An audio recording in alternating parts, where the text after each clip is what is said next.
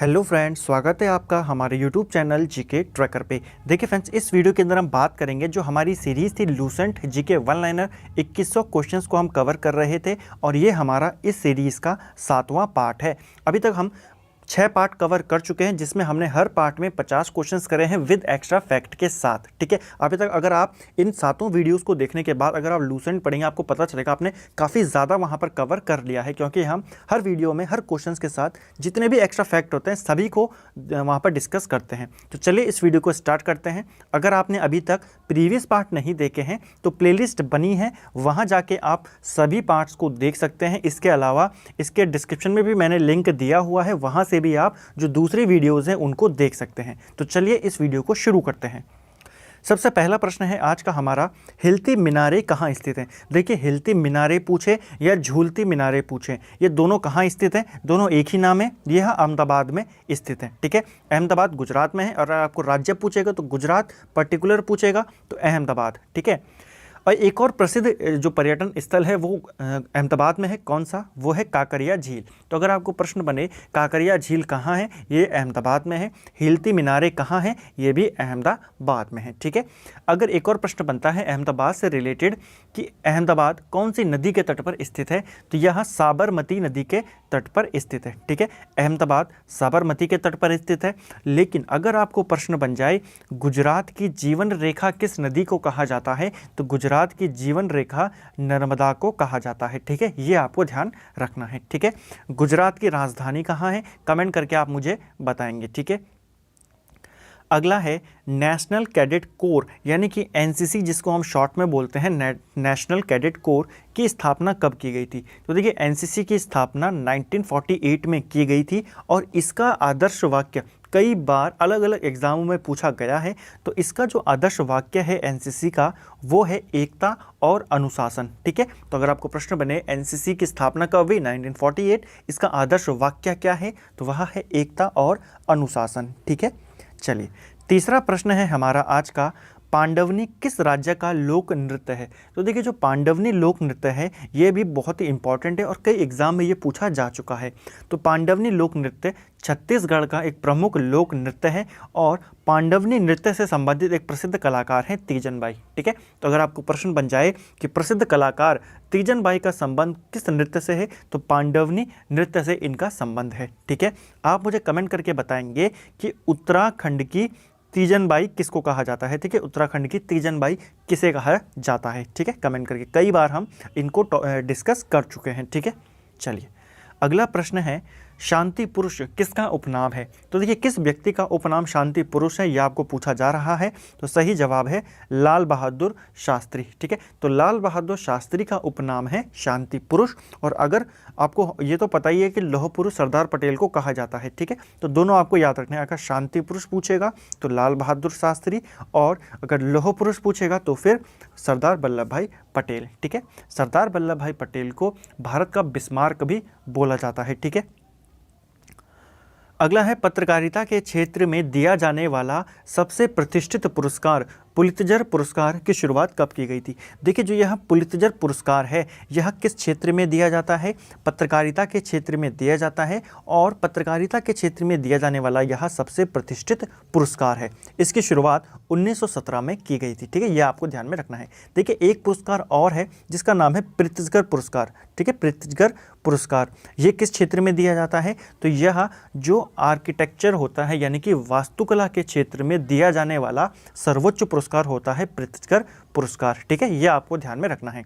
इसकी शुरुआत कब की गई थी, 1979 में। तो दोनों आपको याद रखना है। जो पत्रकारिता का है उसके क्षेत्र में सबसे सर्वश्रेष्ठ पुरस्कार कौन सा है, तो वो है पुलित्जर पुरस्कार, 1917 से शुरू हुआ।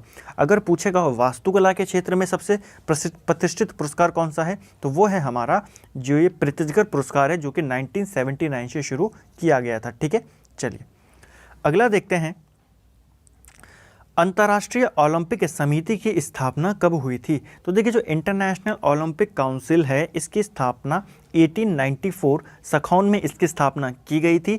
इसका जो मुख्यालय है वो कहाँ स्थित है, तो वह है लोसाने स्विट्ज़रलैंड में, ठीक है। तो जो इंटरनेशनल ओलंपिक काउंसिल है, अंतर्राष्ट्रीय ओलंपिक समिति, इसका जो मुख्यालय है वो लोसाने में है। 1894 में इसकी स्थापना की गई थी, ठीक है। इसके जो पहले महासचिव थे कौन थे, तो अंतर्राष्ट्रीय ओलंपिक समिति के प्रथम महासचिव थे डिमिट्रियास विकेलास, ठीक है। ये इसके प्रथम महासचिव थे। और आपको ये भी पता होगा देखिए 1894 में तो इसकी स्थापना हो गई समिति की। पहले ओलंपिक खेल कब खेले गए थे, आधुनिक ओलंपिक खेल 1896 में यूनान के अंदर, ठीक है। और अभी जो अगले ओलंपिक होने हैं, ग्रीष्मकालीन ओलंपिक की हम बात कर रहे हैं। अगले ग्रीष्मकालीन ओलंपिक कहाँ होने हैं, तो ये होने हैं टोक्यो के अंदर 2021 अगस्त के महीने में, ठीक है। वर्तमान में महासचिव कौन है, तो यहाँ के महासचिव यानी कि अंतर्राष्ट्रीय ओलंपिक समिति के वर्तमान महासचिव कौन है, तो ये है थॉमस बाक। देखिए ये काफ़ी इंपॉर्टेंट क्वेश्चन है क्योंकि इसी साल ओलंपिक होने हैं और अगस्त में होने हैं। और जो हमारा पेपर है तो ये मई जून में ये हमारा पेपर होना है। तो काफ़ी इंपॉर्टेंट क्वेश्चन है, यहाँ से बन सकता है। अगला प्रश्न है, भारत ने सर्वप्रथम किस वर्ष राष्ट्रमंडल खेलों में भाग लिया था। देखिए राष्ट्रमंडल खेल यानी कि जिनको इंग्लिश में कॉमनवेल्थ गेम्स भी कहते हैं, इनमें वे देश हिस्सा लेते हैं जिन पर कभी अंग्रेज़ों का शासन था, ठीक है। ब्रिटिश एम्पायर जिनके ऊपर कभी था, वे देश इस खेलों में हिस्सा लेते हैं, ठीक है। इनमें भारत ने सर्वप्रथम 1934 में भाग लिया था, यह आपको ध्यान रखना है, जो कि लंदन में खेले गए थे। लेकिन अगर पूछी जाए खेलों की शुरुआत कब हुई, तो पहली बार ये खेल 1930 में कनाडा में खेले गए थे। और ये कई बार पूछा जा चुका है कि कॉमनवेल्थ गेम्स प्रथम बार कब खेले गए और कहाँ खेले गए, तो 1930 में कनाडा में। पहली बार भारत ने कब खेला इनमें, 1934 लंदन में, ठीक है। चलिए अगला प्रश्न है, भारत में नई कंप्यूटर नीति की घोषणा कब की गई थी। तो देखिए भारत के अंदर जो नई कंप्यूटर नीति आई थी, ये आई थी 1984 नवंबर में, ठीक है। और उस समय भारत के पीएम कौन थे, तो राजीव गांधी उस समय भारत के प्रधानमंत्री थे, ठीक है। तो ये आपको ध्यान रखना है, भारत में नई कंप्यूटर नीति 84 में आई, 1984, और प्रधानमंत्री कौन है, राजीव गांधी, ठीक है। अगला है, स्मृति ग्रंथियों में सबसे प्राचीन और प्रामाणिक माना जाता है। तो देखो जो हमारे स्मृति ग्रंथ हैं इनमें सबसे प्राचीन और सबसे प्रामाणिक माना जाता है मनुस्मृति को, ठीक है। तो यह आपको ध्यान रखना है, सबसे प्राचीन और सबसे प्रामाणिक स्मृति ग्रंथ किसको माना जाता है, मनुस्मृति को माना जाता है। और यह किस काल से संबंधित है, तो शुंग काल से संबंधित है, ठीक है। यानी कि इसके अंदर किस काल के बारे में जानकारी मिलती है या किस काल से ये जुड़ा हुआ है, किस काल से ये संबंधित है, तो शुंग काल। इसी प्रकार नारद स्मृति भी गुप्त काल से रिलेटेड है, ठीक है। ये आपको ध्यान में रखना है, ठीक है। मनुस्मृति में शुंग काल और गुप्त काल में रिलेटेड कौन सी स्मृति है, नारद स्मृति, ठीक है। 11वां प्रश्न है आज का, सिंधु सभ्यता के लोग धरती को क्या मानते थे। तो देखिए जो सिंधी घाटी के लोग थे या सिंधु सभ्यता के लोग थे, वे धरती को उर्वरता की देवी मानकर उसकी पूजा करते थे, ठीक है। इनका सबसे प्रिय पशु कौन सा था जिसकी ये पूजा करते थे, आप मुझे कमेंट करके ज़रूर बताएंगे, ठीक है। लेकिन धरती को ये क्या मानते थे, उर्वरता की देवी मानते थे, ठीक है। अगला है, वत्स महाजनपद की राजधानी कहाँ स्थित थी। तो देखिए जो वत्स महाजनपद था, आपको पता है भारत 16 महाजनपदों में विभक्त था। और हमने हमारी प्रीवियस वीडियो में भी ये देखा कि किस बौद्ध धर्म से इसके बारे में जानकारी मिलती है और किस जैन जो ग्रंथ है वहाँ से, ठीक है। बौद्ध ग्रंथ और जैन ग्रंथ दोनों को हमने वहाँ पर देखा था, ठीक है। बौद्ध ग्रंथ कौन सा था, अंगुतर निकाय, ठीक है। अंगुतर निकाय से जो कि बौद्ध ग्रंथ है, हमें 16 महाजनपदों की जानकारी मिलती है। और जैन धर्म था भगवती सूत्र, ठीक है, वहाँ से हमें इनके जानकारी मिलती है। यहाँ पर प्रश्न है, वत्स महाजनपद की राजधानी, तो ये राजधानी थी कौसाम्बी में, ठीक है। और कौसाम्बी से रिलेटेड एक और प्रश्न हमने पिछले वीडियो में करा था कि अशोक के किस अभिलेख को रानी का अभिलेख कहा जाता है, तो कौशाम्बी अभिलेख को ही कहा जाता है, ठीक है। तो ये सारी बातें आपको याद रखनी है, आपका रिवीजन भी होता है और आपको क्वेश्चन के फॉर्म में भी यहाँ पर प्रश्न जो है वो देखने को मिलते हैं, ठीक है। सारी चीज़ें जानकारी। चलिए अगला इंपॉर्टेंट क्वेश्चन है हमारा 13वां प्रश्न आज का, इस्लाम धर्म के संस्थापक हज़रत मोहम्मद साहब का जन्म कब और कहाँ हुआ था। तो देखिए ये इस्लाम धर्म के संस्थापक थे और इनका जन्म होता है 570 ईस्वी में, ठीक है। तो 570 ईस्वी में इनका जन्म होता है मक्का में। इनकी माता का नाम था अमीना और पिता का नाम था अब्दुल्ला, ठीक है। इनकी अगर पत्नी की बात करें तो खदीजा नाम इनकी पत्नी का था और इनकी पुत्री का नाम काफ़ी महत्वपूर्ण है, फातिमा इनकी पुत्री का नाम था। क्यों महत्वपूर्ण है, देखिए इनके जो विवाह होता है फातिमा का, ये होता है अली से। और बाद में जब इस्लाम धर्म दो भागों में टूटता है, दो मतों में टूटता है, शिया और सुन्नी, तो एक जो है वो हज़रत मोहम्मद साहब को ही मानते हैं और दूसरे अली को मानते हैं, ठीक है। तो यह आपको ध्यान में रखना है, ठीक है। तो अली कौन थे? हज़रत मोहम्मद साहब के दामाद थे, ठीक है। और पुत्री का नाम क्या था? तो इनकी पुत्री का नाम था फातिमा, ठीक है। चलिए अगला, और एक और चीज़ है यहाँ पर, इनको ज्ञान की प्राप्ति कब हुई? तो इनको ज्ञान की प्राप्ति हुई 610 ईस्वी में हीरा नामक गुफा में। देखो कौन सी गुफा हुई, उस गुफा का नाम क्या था अगर पूछ लिया जाए तो गुफा का नाम था हीरा, ठीक है। और वहाँ पर इनको ज्ञान की प्राप्ति होती है, ठीक है। चलिए अगला है, चोल काल में सोने के सिक्कों को क्या कहा जाता था? देखिए चोल काल में सोने के सिक्कों को कलंजू कहा जाता था। इसी प्रकार जो हमने गुप्त काल वाले में देखा था कि गुप्त काल में सोने के सिक्कों को दिनार कहा जाता था, है ना, हमने वहाँ पर भी पढ़ा था सोने के सिक्कों को क्या कहा जाता था? दिनार। और चोल काल में सोने के सिक्कों को कलंजू कहा जाता था, ठीक है। चलिए अगला प्रश्न है, दिल्ली पर प्रथम अफगान वंश की स्थापना किसने करी थी? देखिए दिल्ली में अफगान वंश की स्थापना, पहला अफगान वंश ये स्थापित करा था बहलोल लोदी ने 1451 में, ठीक है। लोदी वंश की जो स्थापना होती है, देखिए जो लोदी वंश था ये दिल्ली पर शासन करने वाला पहला अफगान वंश था, ठीक है। और इसकी स्थापना करी बहलोल लोदी ने। आपको ऐसा भी पूछा जा सकता है दिल्ली का प्रथम अफगान शासक कौन था? तो वो था बहलोल लोदी। इससे पहले जितने भी थे, चाहे वो गुलाम वंश हो, फिर खिलजी वंश हो, वो सभी क्या थे? वो सभी तुर्की के थे, ठीक है। वो सभी तुर्की के थे, अलग अलग जगहों से आए थे। लेकिन अगर अफगान पूछेगा तो वो कौन थे? लोदी थे। अच्छा, अगर प्रश्न ऐसे बन जाए कि दिल्ली पर दूसरा अफगान वंश कौन सा है, तो वो होगा शेर शाह सूरी का, ठीक है। इसके बाद लोदी वंश के बाद तो मुगल आ जाते हैं ना, लेकिन दूसरा अफगान वंश अगर पूछा जाए तो वो शेर शाह सूरी का होगा, ठीक है। अगला प्रश्न है, तेलुगु साहित्य का क्लासिक युग किसके शासनकाल को कहा जाता है? देखिए तेलुगु साहित्य का जो क्लासिक युग कहा जाता है वो कृष्णदेव राय के शासनकाल को कहा जाता है। विजयनगर साम्राज्य का सबसे महान शासक माना जाता है कृष्णदेव राय को, ठीक है। और ये किस वंश से संबंधित थे? तो इनका वंश है तुलुवा वंश, क्योंकि हमको पता है विजयनगर में कई सारे वंशों ने राज किया था। उनमें संगम वंश भी था, सालव वंश था, तुलुव वंश था, अलग अलग वंश थे। तो तुलुवा वंश का ये शासक थे और विजयनगर साम्राज्य के सबसे महान शासक थे। और इन्हीं के काल को तेलुगु साहित्य का क्लासिक युग भी कहा जाता है, क्योंकि इनके दरबार में ही, आपको पता होगा, इन्हीं के दरबार में अष्टदिग्गज रहते थे, है ना। तेलुगु के 8 महान कवि इनके दरबार में रहते थे जिनको अष्टदिग्गज कहा जाता था। देखिए ये भी कंफ्यूजिंग क्वेश्चन है। पहला क्वेश्चन तो यही है, अष्टदिग्गज किसके दरबार में रहते थे? कृष्णदेव राय। अगर आपको पूछा जाएगा अष्टप्रधान किसके दरबार में रहते थे? अष्टप्रधान तो वो रहते थे शिवाजी के दरबार में, ठीक है। और अगर पूछा जाए अष्टछाप क्या है, तो अष्टछाप 8 कवियों का एक समूह है, ठीक है। तो ये तीनों अलग अलग प्रश्न हैं, आपको तीनों याद रखना है। अष्टछाप 8 कवियों का समूह है, अष्टप्रधान शिवाजी का मंत्रिमंडल है, और अष्टदिग्गज तेलुगु साहित्य के जो 8 कवि हैं उनका ये संगम है, ठीक है। अष्टदिग्गज कृष्णदेव राय के दरबार में रहते थे। अब अगर हम इनकी रचनाओं के बारे में बात करें कृष्णदेव राय की, तो इन्होंने तेलुगु में एक रचना लिखी जिसका नाम था आमुक्तमाल्याद, ठीक है। तो आमुक्तमाल्याद कृष्णदेव राय की जो तेलुगु है उसमें इन्होंने इसकी रचना करी थी, ठीक है। और दूसरी रचना इन्होंने संस्कृत में करी जिसका नाम था जाम्बवंती कल्याणम, ठीक है। तो ये आपको दोनों याद रखना है, कृष्णदेव राय की 2 रचनाएं, आमुक्तमाल्याद जो कि तेलुगु में करी और जाम्बवंती कल्याणम जो कि संस्कृत में करी थी, ठीक है। चलिए अगला है, हिंदी साहित्य का स्वर्णकाल किसे कहा जाता है या किसके काल को कहा जाता है?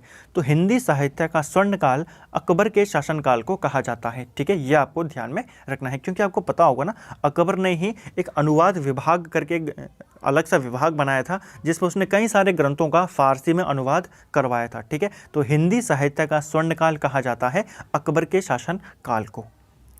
अगला है, किस मुगल के शासनकाल में सर्वाधिक हिंदू सेनापति थे? तो देखिए सबसे ज़्यादा हिंदू सेनापति जिस मुगल के दरबार में थे उसका नाम था औरंगजेब, ठीक है।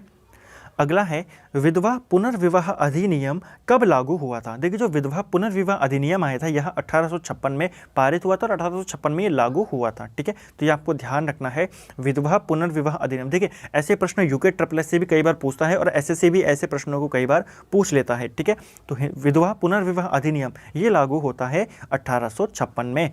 और इसमें महत्वपूर्ण योगदान किसका था? तो ईश्वर चंद विद्यासागर का इसके अंदर महत्वपूर्ण योगदान था। और अगर पूछेगा किसके काल में इन्होंने ये पारित करवाया था, ये किसके काल में हिंदू पुनर्विवाह अधिनियम आया था, तो उस समय कौन था भारत का गवर्नर जनरल? Lord Canning. ठीक है, तो ये आपको ध्यान में रखना है। कई बार ऐसे भी आ जाता है प्रश्न डायरेक्टली कि हिंदू जो ये विधवा है, विधवा पुनर्विवाह अधिनियम, ये किसने लागू करवाया? लॉर्ड कैनिंग ने। ठीक है, तो लेकिन आपको ध्यान रखना है दोनों का ही नाम अगर ऑप्शन में आ जाता है तो फिर आपको वहाँ पर लॉर्ड कैनिंग टिक करना है, क्योंकि इसके काल में हुआ है। लेकिन अगर पूछेगा महत्वपूर्ण योगदान किसका था?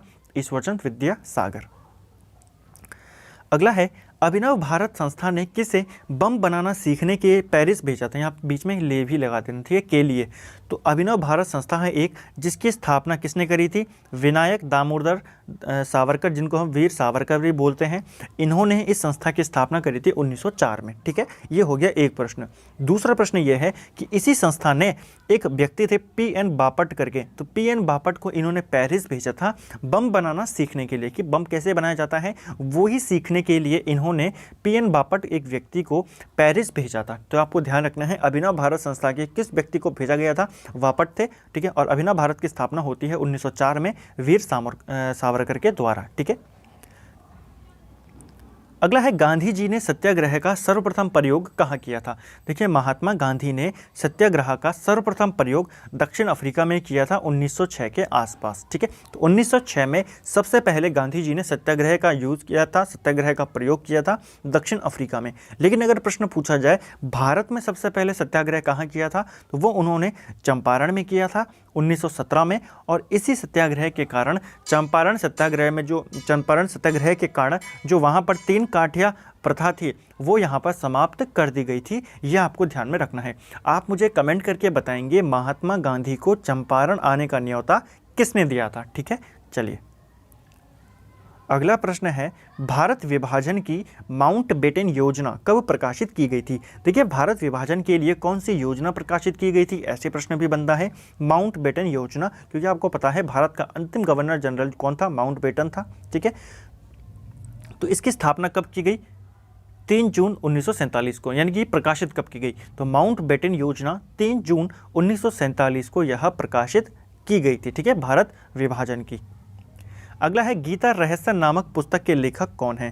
देखिए, जो ये गीता रहस्य पुस्तक है यह लिखी है बाल गंगाधर तिलक ने। यह आपको ध्यान में रखना है। बाल गंगाधर तिलक गरम दल के नेता थे और इनके कुछ पत्र भी निकले थे। कौन कौन से? देखिए, इन्होंने केसरी जो पत्र है वो निकाला किस भाषा में? मराठी में। फिर इन्होंने मराठा भी निकाला, लेकिन वो मराठी में नहीं था, वो अंग्रेजी में था। तो कन्फ्यूज़न होता है कि मराठा नाम है तो मराठी में ही होगा, तो आपको ध्यान रखना है इनका जो केसरी पत्र था ये मराठी में था और जो मराठा था वो अंग्रेजी में था। ठीक है, तो बाल गंगाधर तिलक से भी हमारे कई सारे प्रश्न हमको पेपर में पूछे जाते हैं। देखिए, एक और चीज़, बाल गंगाधर तिलक को भारतीय असंतोष का जनक कहा जाता है। ठीक है, तो भारतीय असंतोष का जनक किसको कहा जाता है? बाल गंगाधर तिलक को। पिछले वीडियो में भी मैंने आपको बताया था किसने कहा था? वैलेंटाइन शिरोल ने कहा था। ठीक है, इसके अलावा एक और चीज़, बाल गंगाधर तिलक के ऊपर राजद्रोह का केस लगाया गया था और इनको गिरफ्तार कर दिया गया था 1897 में। ठीक है, और उसके बाद इनको 6 साल के लिए जो मांडले जेल है रंगून या म्यांमार की मांडले जेल बर्मा की, वहाँ पे इनको रख दिया गया था 6 साल के लिए। तो आपको प्रश्न बन सकता है बाल गंगाधर तिलक को राजद्रोह के आरोप में कब गिरफ्तार किया गया? 1897 में। यह आपको ध्यान में रखना है। और इनकी मृत्यु कब होती है? 1920 में।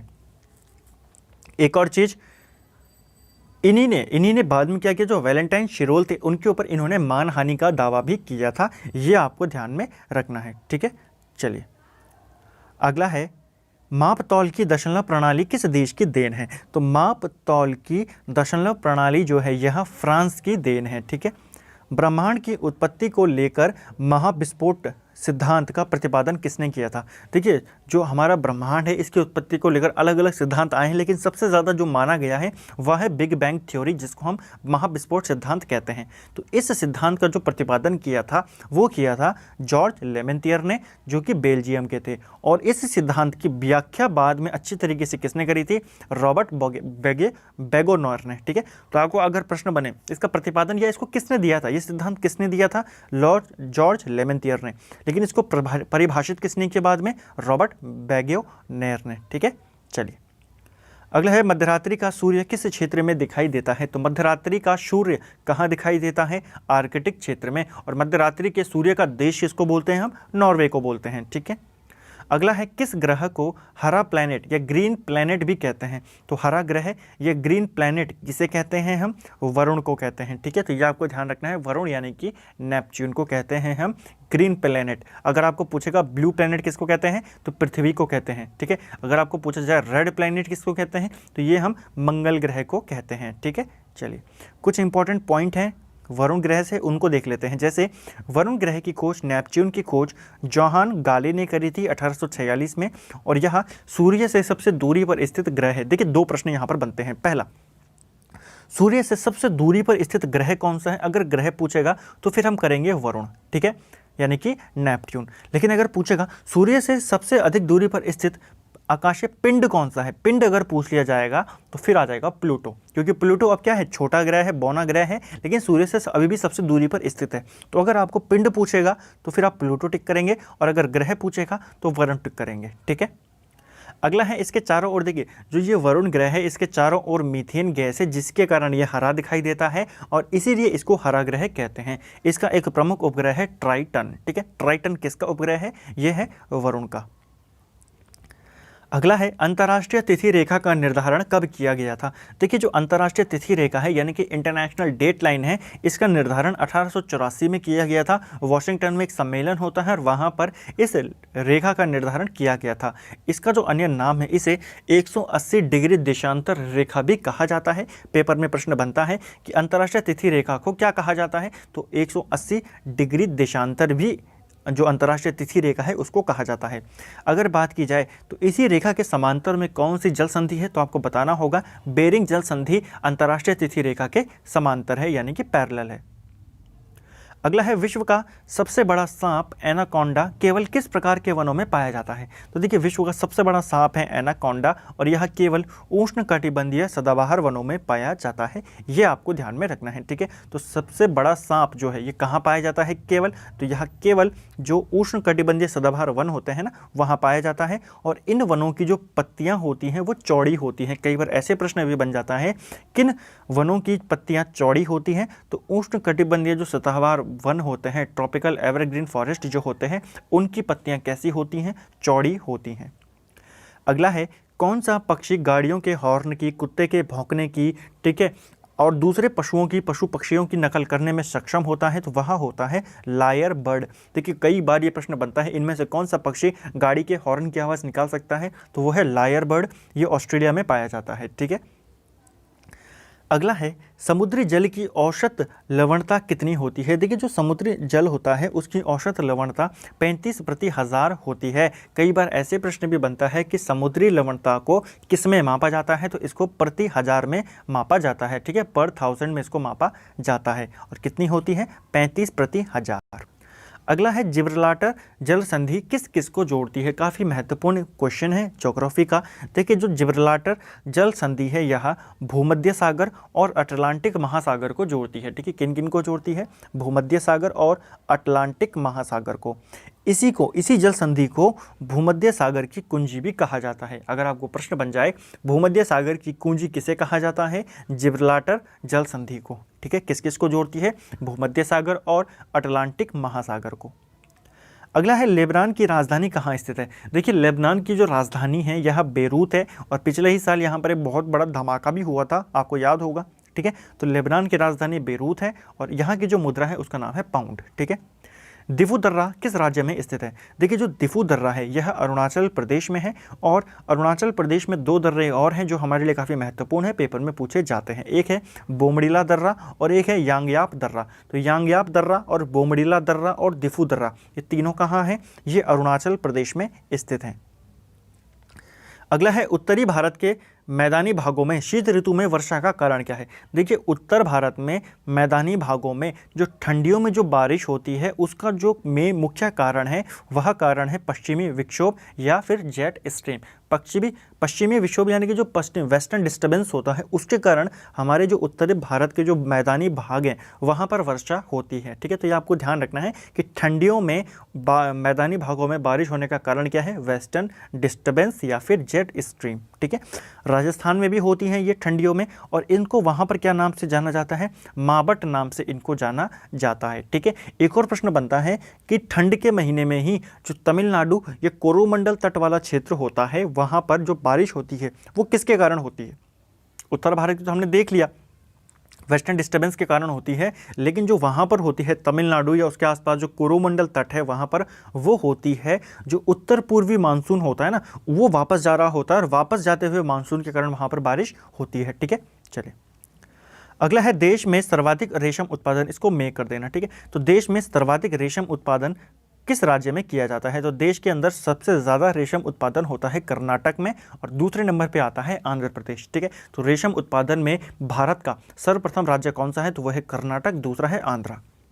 अगला है काकड़पारा परियोजना किस नदी पर स्थित है। देखिए काकड़ापारा परियोजना यह ताप्ती नदी पर है और गुजरात के अंदर है, और गुजरात में एक और परियोजना है वो है उकाई परियोजना, और ये भी ताप्ती नदी पर है। तो आपको ध्यान रखना है ताप्ती नदी पर दो महत्वपूर्ण परियोजनाएं हैं, कौन कौन सी, काकड़पारा और उकाई परियोजना, दोनों के दोनों गुजरात में है, ताप्ती नदी पर है। ठीक है, अगला है विश्व में प्रथम रेड डाटा बुक का प्रकाशन कब किया गया था। देखिए जो संकटग्रस्त पशु पक्षी होते हैं उनकी जानकारियां इस बुक में होती हैं, रेड डाटा बुक में, और इसको सबसे पहले प्रकाशित किया गया था 1964 में। और इस बुक की कल्पना जो थी वो किसने करी थी, पीटर स्कॉट ने करी थी 1963 में। ठीक है, यानी कि इस बुक का जो डिज़ाइन सोचा था इसके बारे में जिसने सोचा था उनका नाम था पीटर स्कॉट 1963 में, और पहली बार यह बुक प्रकाशित की गई 1964 में। और इस बुक में जो संकटग्रस्त या फिर जो विलुप्त होने वाले प्राणी होते हैं उनकी जानकारी इसके अंदर मिलती है।